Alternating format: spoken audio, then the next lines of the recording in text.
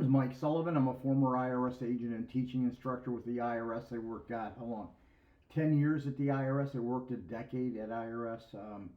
I've worked thousands of IRS cases. I went into private practice. I've been in private practice for 41 years. I have a national practice, by the way, and I'm a IRS expert in IRS tax resolution matters. Before I start, I want to caution you when you hear people and talk to people on the internet about IRS matters. There's a lot of people out there that sound good, but they don't know what they're doing. And how do I know that? I get a lot of calls on this phone right here about being ripped off. So I just want to make that comment before I start. If you want to know about me, I've been at all the national news stations. Go to my website at 777 and you can learn all about me. I want to talk to you today about revenue officers, and if you get a 725B letter and a revenue officer is working your case, what to expect.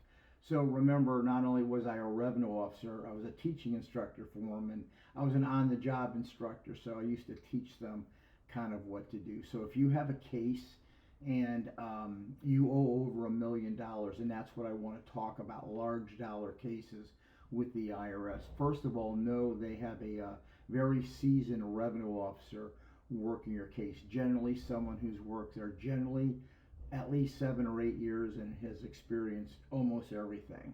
They get involved in nominee cases, alter ego cases, suit cases, and what they do is they kind of know everything people are going to do, at what dollar amount, what they're going to do with assets, how they handle themselves, everything. So if I was working your case, $1 million case, and this is what they're going to do before they even start working your case, they're going to have a lot of information on you just sitting at the desk. Within 20 minutes, they can pull a LexisNexis, they can pull a credit report, they can do a biz check for corporations. They're going to check your maybe past 3 tax returns.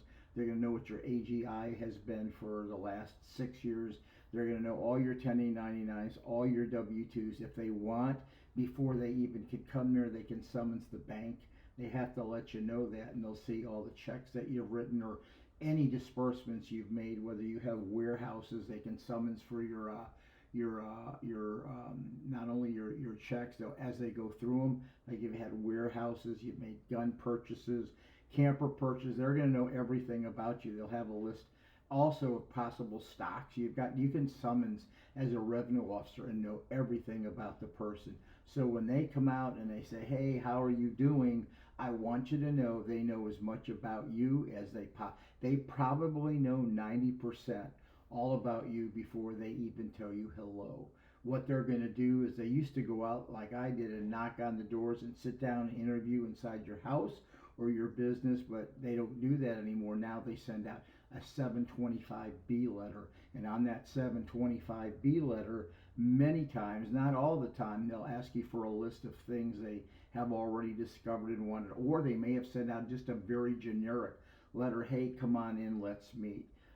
You've got to be very honest with them, tell them the truth about everything, because like I said, they're going to know everything really about you. But what do you do when you get a case like this? If it's your case and you're going to go into IRS, you have to have an exit strategy. What does an exit strategy mean? What are you going to do with the case? Remember, the IRS agent only wants to do one thing.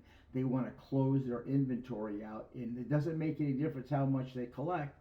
They're going to do one of 3 things with your case.